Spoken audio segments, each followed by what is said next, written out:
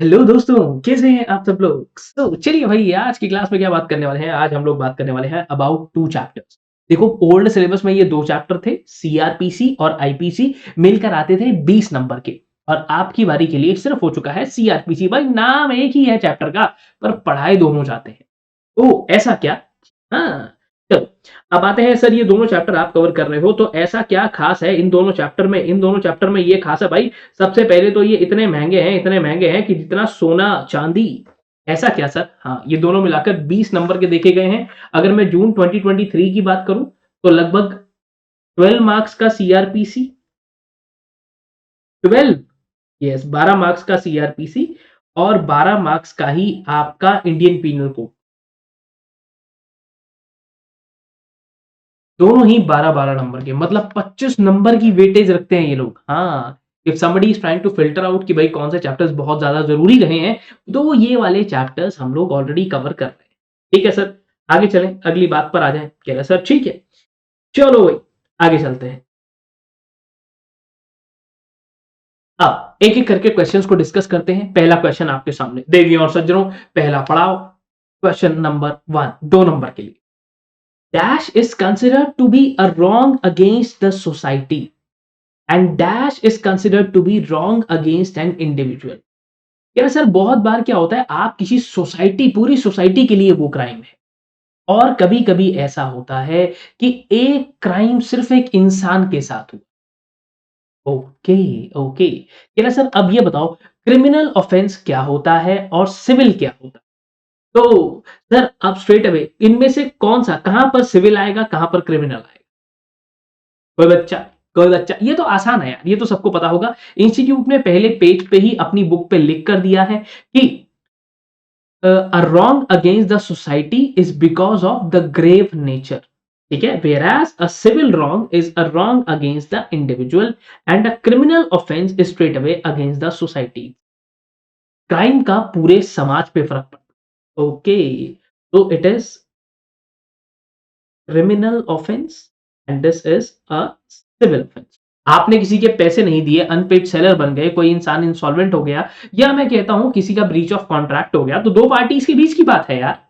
और अगर कोई बैंक लूट लिया गया तो कह रहा सर ये तो हो गया क्राइम। कह रहा अब आते हैं अगले क्वेश्चन पे। इनको सही देवियों और सज्जनों इनको सही क्रम में लगाएं जैसे वो आता है ना कौन बनेगा करोड़पति में। पहला फास्टेस्ट फिंगर फर्स्ट, हाँ वही। इसमें क्या सबसे पहले आता है जब भी हम लोग किसी कमीशन ऑफ क्राइम की बात करते हैं तो सबसे पहले क्या आता है? सर बढ़ते क्रम में लगाएं, बढ़ते क्रम में लगाएं, हाँ बढ़ते क्रम। सबसे पहले क्या आता है? सर सबसे पहले आती है इंटेंशन। ये सबसे पहले प्रिपरेशन नहीं आती, इंटेंशन आती है। दिमाग में ख्याल आता है, ऐसा सोचा जाता है कि चलो बैंक लूट लेते हैं। धूम 3 में आपने ऐसा देखा होगा। देन प्रिपरेशन, प्रिपरेशन के बाद वो बैंक लूटने जाता है, अटेम्प्ट करता है और अटेम्प्ट करने के बाद मैं कहता हूं वो हो जाता है सक्सेसफुल, जिसे हम कहते हैं अकम्पलिशमेंट। ओके, तो सर आओ देखते हैं सबसे पहले क्या आता है। सबसे पहले आता है, देखते हैं किस किन किन लोगों ने सही जवाब दिया। सबसे पहले आती है इंटेंशन, ये रहा क्रिमिनल इंटेंशन। सर सबसे पहले आएगा नंबर 1। उसके बाद आती है प्रिपरेशन यानी कि फिर आएगा नंबर 4। ओके ठीक है, 1 4 1 के बाद आएगा 4, फिर आता है अटेम्प्ट, अटेम्प्ट आया सेकंड पर 4 2। ओके, और उसके बाद आता है 3 अकम्पलिशमेंट। 1 4 2 3 जहां पर 1 4 2 3 आंसर है। This is your correct answer. Intention, preparation, attempt और उसके बाद अकम्पलिशमेंट। सर एक और चीज बहुत ज्यादा जरूरी होती है कि आपके पास होनी चाहिए क्रिमिनल इंटेंशन। कह रहा क्रिमिनल इंटेंशन, यस। कह रहा सर देखो अगर एक इंसान है, चलो मैंने कहा शिनचैन नाम का एक बंदा है जो कि गाड़ी चला रहा है बहुत तेज, उसकी स्पीड है 150 किलोमीटर पर आवर। देखते हैं ना जैसे बहुत सारे लोग, पता नहीं मैंने देखा है कुछ यूट्यूब वीडियोस हैं जिनमें वो बहुत तेज बाइक चलाता है, इतनी तेज बाइक चलाता है भाई साहब 200 की स्पीड पे। अब ऐसा ही कुछ, ठीक है यार नहीं चलानी चाहिए तेज। He met with an accident, ये एक एक्सीडेंट के साथ भिड़ जाता है जिसकी वजह से डेथ हो जाती है एक इंसान की। तो क्या वो ये कह सकता था कि ना ना भाई साहब मैं तो तेज नहीं, मेरी मेरी इसको उड़ाने की इच्छा नहीं थी, ये तो गलती से एक्सीडेंट हो गया। नहीं नहीं, ऐसा नहीं हो सकता क्योंकि sir that is straight away a reckless behaviour. आपके एंड पर आपकी इंटेंशन नहीं थी पर आपको ये तो पता था कि गाड़ी तेज चलाने से किसी की जान जा सकती।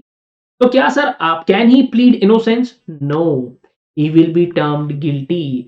सर वो गिल्टी होगा वो इंसान, हम ये नहीं कह सकते कि मासूम है छोड़ दो, तो चला क्यों रहा था इतनी तेज। ठीक है, अगली बात पे आपको लेकर आता हूं। 4 लोग बैंक में डकैती करने का सोच रहे हैं, सिर्फ सोच रहे हैं। मैं भी सोच रहा हूं कि यार एक काम करता हूं, मेरे पड़ोसी के घर में घुस के चोरी कर लेता हूं। सोचने की कोई सजा नहीं है, कैसा भी कुछ भी सोच लो उसकी सजा नहीं है। आपने सर प्रिपरेशन करना शुरू कर दिया, आप दिमाग ही दिमाग में प्लान बिठा रहे हो कि अच्छा अब तो इसको मैं इंतकाम लेके रहूंगा इससे यार। बट अब समझो, ऐसे ही 4 लोग मिलकर, 4 people, X Y G P, ये 4 बंदे मिलकर क्या कर रहे हैं, एक बैंक में डकैती करने का सोच रहे हैं। सर मनी हिस्ट की तरह, हाँ मनी हिस्ट की तरह। अब देखो, एक बैंक में कह रहे सर क्या हम उनको पनिश करेंगे, ये प्रिपेयर कर रहे हैं, अपने दिमाग में प्रिपरेशन लिए बैठे हैं, क्या हम पनिश करेंगे, yes they will be punished. Sir आधा सही है, बस नहीं पता, ऐसा नहीं होने वाला है पेपर में आधा सही है पूरा सही है, नहीं। देखो पहली बात तो प्रिपरेशन को लेकर कोई भी सजा नहीं है, पर 3 सिनेरियोस के अंदर प्रिपरेशन पर भी सजा होती है। सबसे पहली बात, if that is a war against the government of India, oh in case of counterfeiting of coins or the government stamp itself, section number 233, 255, 257, 235, यार। और उसके अलावा मेकिंग और कमिटिंग टू डू डकैती, सेक्शन नंबर 399। ऐसा सोचना, सॉरी सोचना नहीं, सोच तो दिमाग में सकते हो, इन चीजों को लेकर प्रिपेयर करने पर भी दिक्कत है सर। ओके, आगे चलता हूं। यार what is direct movement towards commission of a crime after necessary preparation. यार एक बार आपने प्रिपरेशन कर ली, अब क्या करते हो सर। मैंने कहा तैयारी कर ली तो पेपर देने जाएंगे, हाँ यहां क्या करोगे, अगर कोई इंसान यही क्राइम की बात कर रहा है तो आपने कहा प्रिपरेशन होगी, प्रिपरेशन के बाद क्या आता है सर, क्रिमिनल इंटेंशन नहीं आएगी, क्रिमिनल इंटेंशन तो पहले आती है, प्रिपरेशन के बाद क्या आता है सर, अटेम्प्ट आता है। So attempt is the right answer. ठीक है, और उसके बाद जाकर अकम्प्लिशमेंट। यही सीक्वेंस आपने भी पढ़ी, इसी सीक्वेंस को आगे लेकर चले। देखो एक ऐसे ही एक इंसान है गब्बर सिंह, गब्बर सिंह है ना, अरे ओ सांभा कितने आदमी थे, वैसे वाला गब्बर सिंह। गब्बर सिंह के एक बैंक लूटना चाहता था, पर रास्ते में उसे चुलबुल पांडे ने पकड़ लिया और बहुत मारा, बहुत मारा। हाँ जैसे मोटू पतलू में चुलबुल पांडे, उसने पकड़ लिया, बहुत मारा इसको। कह रहा क्या वो गिल्टी है। अब भाई वो चोरी करने जा रहा था, चोरी सक्सेसफुल नहीं हुई तो क्या गिल्टी होगा, कह रहा यस। कह रहा सर किन ग्राउंड पे वो गिल्टी है, इज ही गिल्टी, मैंने कहा यस। कह रहा कहां से चोरी पूरी कहां हुई, मैंने कहा उसने अटेम्प्ट तो कराना, अटेम्प्ट तो कराना भाई, गया तो चोरी करने, नहीं कर पाया वो तो अच्छी बात है, वरना भोली भाली जनता का पैसा लेके भाग जाता। चोर को पकड़ लिया, वहीं पीटा मारा उसको। कह रहा ओ अटेम्प्ट पर भी सजा होती है सर, यस अटेम्प्ट पर भी इंसान पकड़ा जाएगा। यार अब इनमें से क्या रेयरेस्ट ऑफ रेयरेस्ट सिनेरियोज में दिया जाएगा, या इनमें से किसे हम हार्डेस्ट कैपिटल पनिशमेंट कहते हैं, इनमें से सबसे सख्त सजा कौन सी है, death, life imprisonment, imprisonment and forfeiture of property, fine and forfeiture of property. बच्चा परेशान होगा सर डेथ या लाइफ इम्प्रिजॉनमेंट, बेटा आंसर इज डेथ। ठीक है, डेथ इज द आंसर। यार आगे चलते हैं, सुप्रीम कोर्ट ने साफ साफ बोला कि भाई डेथ की सजा रेयरेस्ट ऑफ रेयरेस्ट सिनेरियोज में देनी है, और कुछ चीजें ही ऐसी हैं जहां पर सजा ये वाली दी जाएगी। यार सबसे ज्यादा हार्ड यही है। यार अब इनमें से कौन सी जगहों पर कैपिटल पनिशमेंट यानी कि डेथ की सजा, सर सजाए मौत की सजा, इसे फांसी पर लटका दो, है ना, ऐसी सजा सुनाई जाती है। मर्डर में, मर्डर एंड डकैती में, war against the government of India, आपने सरकार के अगेंस्ट वॉर छेड़ दिया, attempted murder by a life convict. कह रहा सर जो एक बंदा जिसे ऑलरेडी हमने उम्र कैद की सजा सुना रखी है, जेल में मर्डर करने की बात कर रहा है, ओ वहां पे मर्डर करने के लिए अटेम्प्ट टू मर्डर कर दिया उसने। कह रहा इनमें से कौन से सिनेरियो में, इनमें से कौन से सिनेरियो में ऐसा होगा कि आपके पास क्या होने वाला है सर, आपको यहां पर एक कैपिटल पनिशमेंट मिलने वाली है सब में। ई, अगर मैं ई लिखता हूं ऑल ऑफ द अबव तो वही आपका जवाब। Okay, all of the above आपका आंसर है जी। हाँ ट्रिक क्वेश्चन था ये, हाँ ट्रिक क्वेश्चन था ये। चलो थोड़ा सा और आगे लेकर चलता हूं।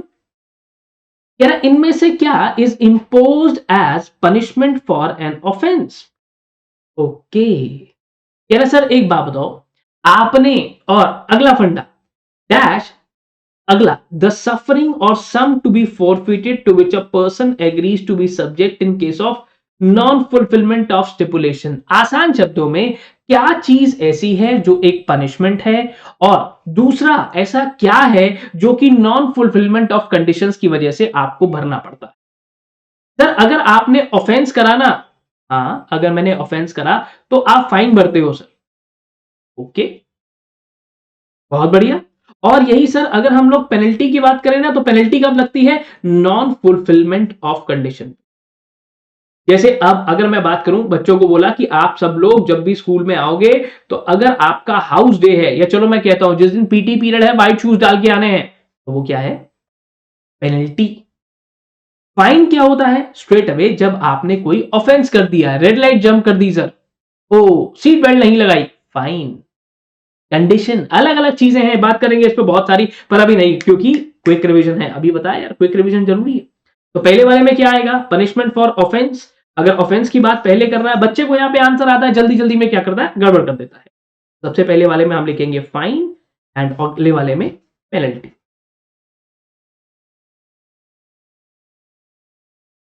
ठीक है जी, आगे लेकर चलता हूं सर, अगली बात पर लेकर आता हूं। Acts non face it रियम नीसी means सितरी। इसका मतलब क्या है? Sir, act does not amount to guilt. Act must be accompanied by guilty mind. Act alone does not amount to guilt. The act must be accompanied by guilty mind. ये क्या है sir? इसी में answer है, बताओ इसका मतलब क्या होगा? सर सभी इसके मतलब है नहीं, यहां पर और थोड़ी सी ट्रिक लगाई कि भाई आधा आंसर ए में आधा बी में, यहां पर आंसर है आपका सी। सी है आंसर, जी हाँ सर। ऐसा क्यों?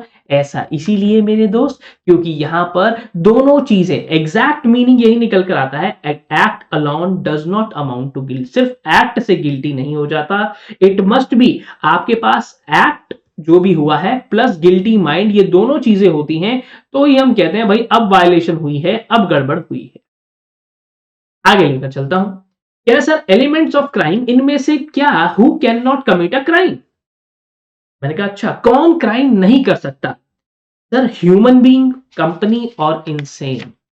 इंसेन मतलब जो आप मान लो दिमाग में जिनके थोड़ी सी प्रॉब्लम है, क्या वो क्राइम नहीं कर सकते? सर ह्यूमन बीइंग तो क्राइम कर सकता है। अच्छा ओके, क्यों, कैसे, किस लिए भाई? सर क्योंकि जब हमने पढ़ाई करी ना तो हमने ये भी पढ़ा एलिमेंट्स ऑफ क्राइम के अंदर। अच्छा, एलिमेंट्स ऑफ क्राइम के अंदर तीन चीजें आती हैं। ओके, एलिमेंट्स ऑफ क्राइम में तीन चीजें आती हैं। यस, ह्यूमन बीइंग आता है सर, उसके बाद सर मेंस आता है, और सर एक्टस रियस आता है।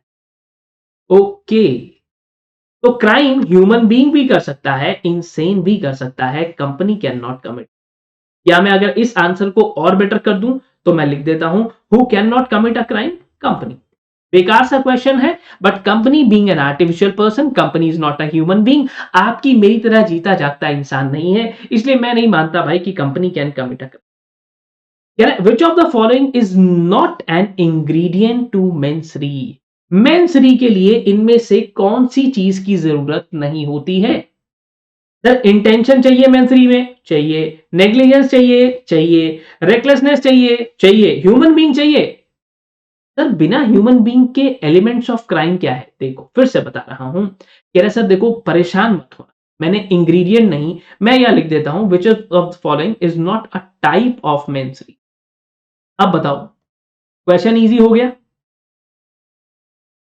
इजी हो गया, आसानी से समझ में आ रहा है the various types of masonry कौन कौन सी है? कह रहा सर ये तीन है, लो जी हो गया काम पूरा, ये रहा आपका आंसर। ह्यूमन बीइंग किसी तरीके की मेंसरी थोड़ी है, मेंसरी तो इंटेंशन है, नेग्लिजेंस है, जैसे मैंने नेग्लिजेंस आपको बताया बहुत तेज गाड़ी कोई चला रहा है, ठीक है। रेकलेसनेस हल्के में ले रहे हो भाई चीजों को। कह रहा अब और आगे लेकर चलता हूं, कह रहा प्रेजेंस ऑफ मेंसरी बहुत जरूरी है, it is an essential ingredient to commit a crime. ए बहुत तेज गाड़ी चला रहा था, उसने सिग्नल को जंप कर दिया, क्या वो बाद में ये कह सकता था, ओहो हो भाई साहब मैंने तो अभी गाड़ी चलानी सीखी है, मुझे तो पता ही नहीं था रेड लाइट पे रुकना होता, ओहो हो मुझे नहीं पता था। ओह, he was not aware of law and he was jumping from the traffic signal. अच्छा चलो, इग्नोरेंस ऑफ लॉ ये कर रहा है, ignorance of law is a crime और नॉट? बताओ क्या ये क्राइम है? Will he be punish? Yes, उसको सजा होगी भाई, तुझे पता हो बाद में तो ये नहीं कह सकता कि सर मेरे को छोड़ दो, क्यों छोड़ दो, मुझे पता ही नहीं था रेड लाइट पे, ओहो सीट बेल्ट लगानी होती है, ओहो मुझे नहीं पता था। इग्नोरेंस ऑफ लॉ किसी भी तरीके का एक्सक्यूज नहीं होता। चलो, अब ए बी और सी ने क्या सोचा कि ये भाई दिव्य मिगलानी बहुत बोलता है, टीचर कम कॉमेडियन ज्यादा है, ओहो, तो ए ने सोचा कि एक काम करते हैं, गोली मार दो इसको। ओ, अब ए ने बी और सी इसने इन्होंने ऐसा सोचा, पर सिर्फ ए ने गोली चलाई, ठीक है, डी पर। बी और सी इसके साथ गए, ओ, बी और सी ने कुछ करा नहीं, इसके साथ गए, तो क्या आप ये कह सकते हो कि बी और C will be liable? Will be and C be liable sir? कह रहा है बी और सी लायबल होंगे sir, yes they will be liable, they will be liable. अब अगर बी और सी लायबल हैं तो क्यों लायबल हैं? Acts Reis, violation without knowledge, पता नहीं था सर, मेन थ्री प्रूव नहीं कर पा रहे हैं पब्लिक सेफ्टी के चलते कि यहां गोली मार दी तो कहीं और ना मार दे। मैं बी और सी की बात कर रहा हूं, बी और सी साथ में गए तो एक्टस रियस के चलते they will be also held liable. ओ ऐसा क्या? ये एबीसी ने ऐसा करने का सोचा, हाँ, तो ABC will be held liable straight away for it, चाहे गोली एक ने चलाई सर, दो ने नहीं चलाई ना, कोई बात नहीं। अब एक टॉपिक और जिसको बहुत ध्यान से देखना, ये डिफरेंस बिटवीन बीच बीच में आ जाता है। कॉग्निजेबल ऑफेंस क्या होता है सर, थोड़ा सा इस बारे में बात कर लेते हैं। कॉग्निजेबल ऑफेंस क्या है? जहां पर वारंट इज नेसेसरी, जहां पे वारंट की जरूरत है। नॉन कॉग्निजेबल में इतना खतरनाक काम हो चुका, मतलब इतना खतरनाक नहीं है, warrant is straight away not necessary. कह रहा सर यहां पर it is serious in nature, बहुत ज्यादा सीरियस हो चुका है, जैसे कि मर्डर है, कोई कहीं पे बहुत ज्यादा हर्ट कर दिया सामने वाले बंदे को, it is not much serious. Okay, non cognizable, cognizable का मतलब क्या है? सीरियस, बहुत ही खतरनाक काम हो गया। कह रहे sir not much serious, crime ये भी है पर इतना ज्यादा सीरियस नहीं है। ओ सर आगे चलते हैं, कॉग्निजेबल ऑफेंस में और क्या आ रहा है? कह रहे सर यहां पे हमेशा से ही कॉग्निजेबल ऑफेंस के चलते आपको एक स्ट्रेट अवे कंप्लेंट लेनी है और उस कंप्लेंट को राइटिंग में भी देना है। Okay, there needs to be a complaint, yes that too in writing. Okay, ठीक है, और यहां पर कह रहे सर नॉन कॉग्निजेबल में सिर्फ और सिर्फ जो इंफॉर्मेशन बुक मेंटेन होती है उसके पास जाके एंट्री करवा दो और स्ट्रेट अवे और उसे रेफर कर दो मजिस्ट्रेट के पास, दैट्स इट। ठीक है, अब कॉग्निजेबल के अंदर स्ट्रेट अवे जैसे ही पुलिस को पता चला कि कहीं पर डकैती हो गई है तो police will not wait for the orders of the magistrate, सीधा सीधा वो भाग के जाते हैं और इन्वेस्टिगेट करना शुरू कर देते हैं।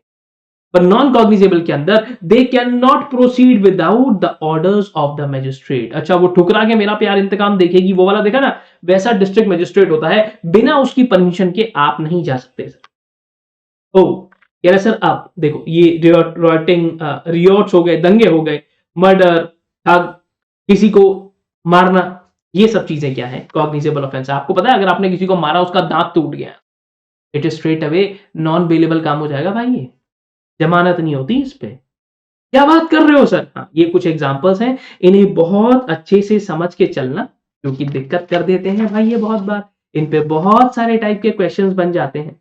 अब ऐसे ही इन पर भी क्वेश्चन बन जाते हैं छोटे छोटे, क्यों? क्योंकि देखो हाई कोर्ट कौन सी सजा सुना सकता है, ये लोग कौन सी सजा सुना सकते हैं, एडिशनल सेशन जज कौन सी सजा सुना सकता है, ये आपको बहुत अच्छे से याद होनी चाहिए। यहां कोई भी सजा सुनाई जा सकती है, ठीक है, बट यहां भी कोई भी सजा सुना सकते हैं, बट सेंटेंस ऑफ डेथ सिर्फ और सिर्फ कंफर्मेशन बाय हाई कोर्ट। कोई भी सेशन जज या एडिशनल सेशन जज ऐसी सजा नहीं सुना सकता कि भाई ठीक है इसको लाइफ टाइम, ठीक है। अकॉर्डिंगली अगर ऐसा कुछ करना है तो आपको क्या करना पड़ेगा? हाई कोर्ट से अप्रूवल लेना। ओ कह रहा अब ऐसे ही कह रहा सर असिस्टेंट सेशन जज अगर कोई है तो कह रहा सर देखो फिर से इम्प्रिजॉनमेंट फॉर लाइफ, ये स्ट्रेट अवे कहां तक जा सकता है, इम्प्रिजॉनमेंट up to 10 years.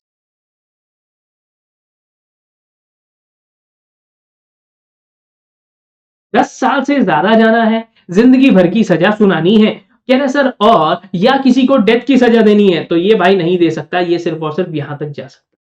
Okay, up to 10 years, yes. Accordingly judicial metropolitan first class और मेट्रोपॉलिटन मजिस्ट्रेट जो हैं, ये again they can go for imprisonment up to 3 years, और मैं कहता हूं 10,000, और ठीक है। Accordingly judicial magistrate of second class की अगर मैं बात करूं, 1 ईयर और फाइन और ओथ। ओके, और स्पेशल जुडिशियल मजिस्ट्रेट जहां पर स्ट्रेट अवे 3 ईयर्स और फाइन ऑफ स्ट्रेट अवे। देखो यहां पर दो सिनेरियो निकल कर आते हैं, एक आता है सेक्शन 29 सबसेक्शन 2, एक आता है सेक्शन 29 सबसेक्शन 3। तो कह रहे सर अगर 29 की बात हो रही है तो 3 ईयर्स एंड 5,000 रुपीज और बोथ, कह रहा और अगर 29 सबसेक्शन 3 की बात हो रही है तो 1 ईयर एंड 5,000 रुपीज और बोथ। यार ओके सर, एक चीज बताऊं, हाँ बताओ, यहां भी आपने 29 सबसेक्शन 2 बताया, यहां भी आपने 29 सबसेक्शन 3 बताया, दोनों को नीचे लिख दिया, ये तो क्या सर दोनों की बातें सही हैं, बिल्कुल सेम है। अगर यहां पर मैं इन दोनों को ऐड करके ये बना दूं प्लस करके तो भी ऐसा सही है। तो बताया था मैंने स्मार्ट नोट्स कैसे बनते हैं। इन दोनों को स्पेशल जुडिशियल मजिस्ट्रेट की जगह पर लिखा जा सकता है, इसमें कोई भी गलती नहीं है, बिल्कुल ठीक है, दोनों को ऐड करके जो बनेगा वो यहां है। तो आगे चलते हैं। क्या सर इनमें से कौन सी ऐसी सिचुएशंस आ जाएंगी जब आपको लगेगा कि पुलिस ऑफिसर सेटिस्फाइड है और वो जाकर अरेस्ट कर लेगा सामने वाले बंदे को, सीधा हथकड़ी पहना देगा। ओके, जब उसे लगता है कि प्रॉपर इन्वेस्टिगेशन हो चुकी है, जब उसे लगता है कि सामने वाला इंसान एविडेंस के साथ कोई छेड़खानी करने की कोशिश कर रहा है, ओ उस इंसान को प्रिवेंट करना चाहता है ताकि वो कोई और फ्रॉड आगे चल के करे, और ऑल ऑफ द अबव। तो आंसर क्या है, all of the above.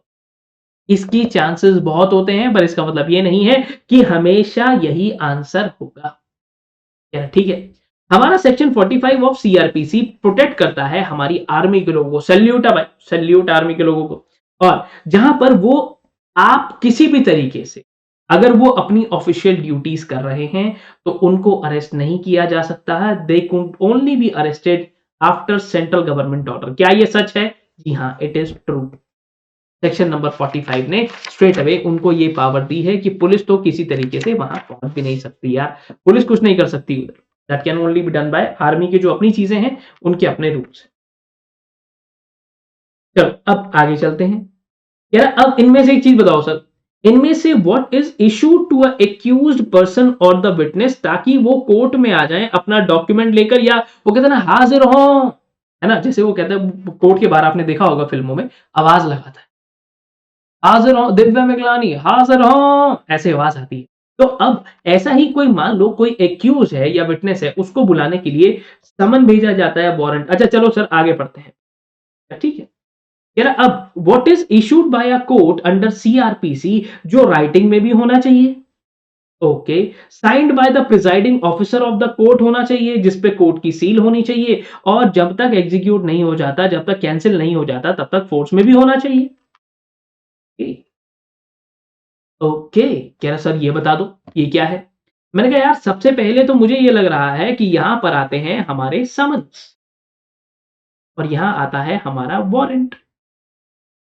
Warrants are issued by court. Summon आता है तो आपको हाजिरी लगानी होती है कोर्ट में जा। ओके, ऐसा क्या? हाँ, ठीक है सर, क्या है आंसर? ये रहा आपका आंसर। सर अच्छा फिर ये प्रोक्लेमेशन क्या है? प्रोक्लेमेशन तो तब की बात है जब आप किसी, आपके साथ कोई बंदा छुपन छुपाई खेल रहा है, छुपन छुपाई, आप उसको पकड़ना चाह रहे हो, वो हाथ नहीं आ रहा, वो भाग रहा है आपसे। कोर्ट को ऐसा लगता है, court has reason to believe that any person जिसके अगेंस्ट भी आपने वारंट इशू करा है, या तो वो छुपने की कोशिश कर रहा है भाई हमारे, तो फिर क्या होगा, कोर्ट क्या करता है, कौन सा डॉक्यूमेंट इशू करता है? Proclamation attachment of property, search warrant या ऑल ऑफ द अबव। अब बताओ भाई, अब मैं मान जाऊंगा तुमने सही जवाब दे दिया। बताओ सर, इनमें से क्या आपका आंसर होना चाहिए? सर्च वारंट इशू करता है, वो भागने की कोशिश कर रहा है, तो जाओ उसके घर में जाओ, उसको ढूंढ के लाओ, भाग के जाओ, पकड़ के लाओ इसको। ऐसा कोई वारंट इशू करता है? या स्ट्रेट अवे आपको लगता है कि उसकी प्रॉपर्टी सीज कर लो सारी की सारी, जैसे हम विजय माल्या की कर रहे हैं, वो भी तो इंडिया के बाहर है। सर्च वारंट, प्रोक्लेमेशन ऑर्डर या ऑल ऑफ द, इनमें से क्या आपका आंसर होगा? Sir proclamation. प्रोक्लेमेशन के अगला स्टेप आता है अटैचमेंट और and sale of property. Okay, ये आपने पढ़ा होगा सेक्शन नंबर 82 में, और 83 में हम लोग पढ़ते हैं attachment and sale of property itself. अच्छा, सर्च वारंट का तो फंडा अलग होता है, वो सेक्शन नंबर 93 में हम लोग पढ़ते हैं कि भाई लगता है ये कोई चीजों को छुपा रहा है, तो उठा लाओ उसको। अगली बात पे आता हूं, कह रहे सर क्या अब आते जाते क्या पुलिस कहीं पर जा सकती है सर्च करने के लिए?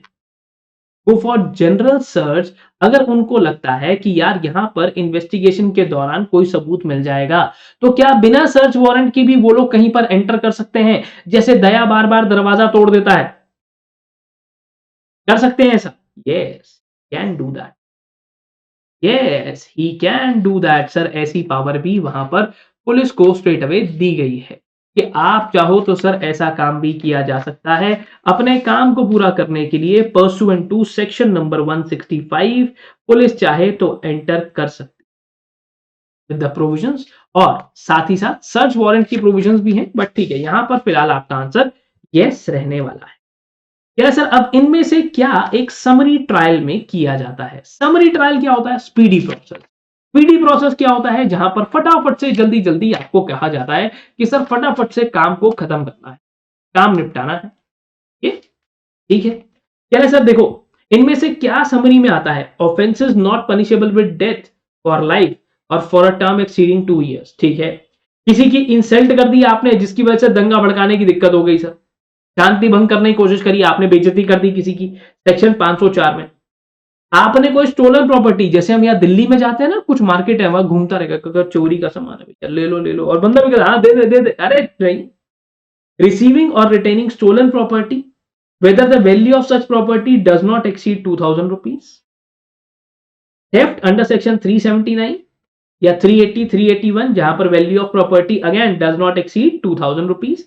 इनमें से कौन सा ऐसा सिनेरियो है जब आपको समरी ट्रायल देखने के लिए मिलेगा? आप कह सकते हो कि भैया समरी ट्रायल यहां पर हो रहा है, या हम लोग समरी ट्रायल यहां पर कर सकते हैं। यार sir all of the, all of the. Sir paper में वो ऐसे तो नहीं फंसाएगा ना हमारी तरह? नहीं नहीं, यहाँ तो it is more of revision and less of those things like कि जहां पर आपको समझ में आए। यहाँ गलती करोगे चलेगा, पर पेपर में जाके गलती करो, मैं ऐसा नहीं चाहता, इसलिए मैं सारी गलतियां तुम लोगों को बोलूंगा यहीं कर दो। जो भी गलती करनी है मेरे सामने बैठ के कर दो, ताकि मैं हाथ के हाथ उसे ठीक कर दूं। ठीक है सर। अब एक और चीज जिसका ध्यान रखना है, types of bail. Regular bail क्या होती है? After the offence is committed, एक बार आपने ऑफेंस कर दिया, अब जो आपके पास गड़बड़ है उसे रेगुलर बेल कहते हैं। इंटरिम बेल तब मिलती है जब आपका केस चल रहा होता है, ठीक है। और उसके बाद during the pendency of application, sorry case का सिनेरियो अलग होगी, जहां पर एक इंसान की ये एप्रीहेंशन है कि sir he may be arrested, अभी अरेस्ट नहीं हुआ, he may be arrested on the accusation. बाद में अरेस्ट, एडवांस, एंटीसिपेटरी मतलब एडवांस, ये शॉर्ट ऑफ एडवांस की तरह रिचार्ज करवा लिया आपने, एडवांस यानी कि एंटीसिपेटरी बेल। मेरा एक स्टूडेंट था वो बोलता था एंटीसिपेटरी, मैं कहा एंटीसिपेटरी नहीं होता, पहली बात तो ये एंटीसिपेटरी होता। आई होप क्वेश्चन समझ में आए होंगे, आप बहुत अच्छे से कर पा रहे होंगे। अगर किसी भी बच्चे को प्रॉब्लम हुई हो तो हमारी डिटेल्ड वीडियोस भी अवेलेबल हैं, उन्हें चेक करना ना भूलें, ठीक है। उन्हें जरूर आप चेक कर सकते हो, यही सिद्धांत बैच के नाम से इसी यूट्यूब चैनल पर पीछे available. That's it from my side, आज के लिए इतना ही दोस्तों। जल्दी से मिलेंगे अगली क्लास में, वहां कुछ और टॉपिक्स के बारे में बात करेंगे। Happy learning and see you very soon, stay tuned and see you.